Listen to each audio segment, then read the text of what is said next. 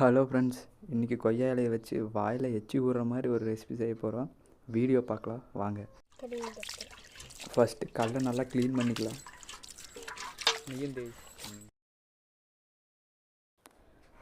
அடுத்து கொய்யா சட்னி செய்கிறதுக்கான தேவையான பொருள் எல்லாத்தையும் எடுத்து வச்சாச்சு.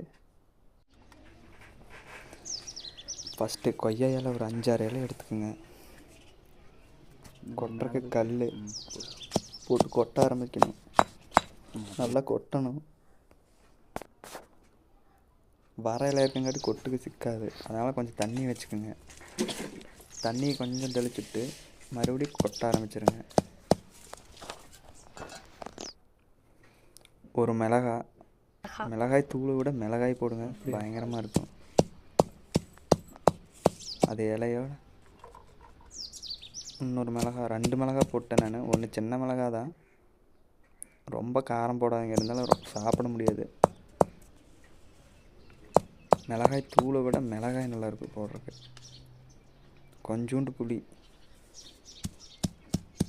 புளி கல்லில் சிக்கிருச்சு. ஃபஸ்ட்டு கொட்டும்போது நல்லா கொட்டணும். கொஞ்சோண்டு தண்ணி, இலையை நல்லா மையாக அரைக்காமல் 1-2 அரைச்சாவே போதும். கல் உப்பு கொஞ்சோண்டு போட்டால் போதும், ரொம்பக்குன்னு போட்டாதீங்க இதுக்கு. ஏன்னா கொய்யா இலையே ஏற்கனவே ஒரு வித்தியாசமான ஒரு டேஸ்ட்டு. உப்பு கம்மியாக போட்டால் போதும். அவ்வளவுதான், எல்லாம் பண்ணி முடிச்சிட்டேன். உங்களுக்காக வீடியோ கொஞ்சம் கம்மியாக பண்ணியிருக்கேன், கட் பண்ணியிருக்கேன். பார்த்து சப்போர்ட் பண்ணுங்கள் நம்ம சேனலுக்கு. எனக்கு போர் அடிக்குதுன்னு இந்த மாதிரி வீடியோஸ் தான் எடுத்து போடுவேன். அவ்வளோதாங்க, எல்லாமே கலந்த டேஸ்ட்டு இதில் தான் இருக்குது.